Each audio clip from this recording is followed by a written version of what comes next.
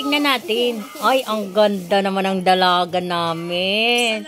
Ang ganda na. Ganito mo yung buhok mo. Saka, hatiin mo dito. Oh, hatiin mo dito.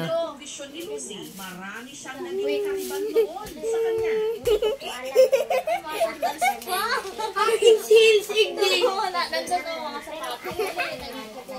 Pero si Vincent, tuluyang nakabihag sa puso ni Lucy. Pagmahon ang real.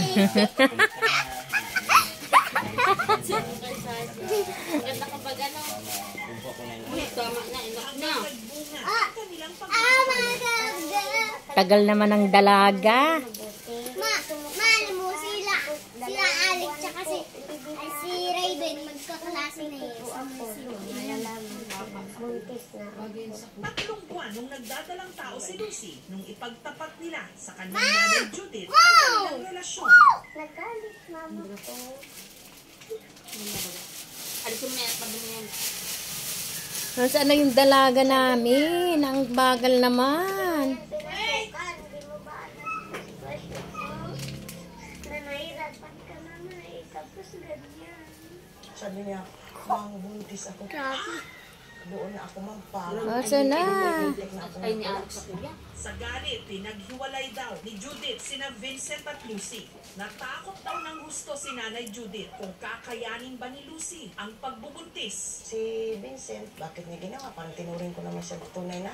Hindi po tanggap ng bless ko kung punta po ako ng Murala. Oh my God, nag-gills pa siya. Ang loob. Pag natapilo ka dyan, good luck.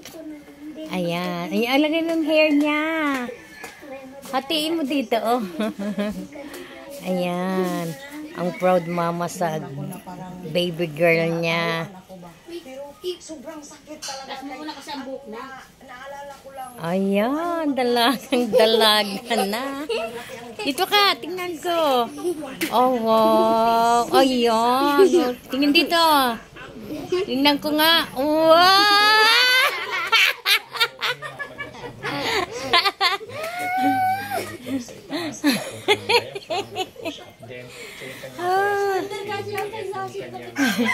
Wow, ang ganda naman talaga.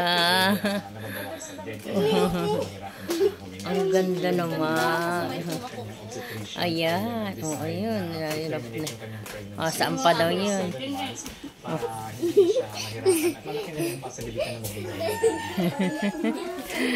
Pakita pa kay tito niya. Tapos kay tita niya.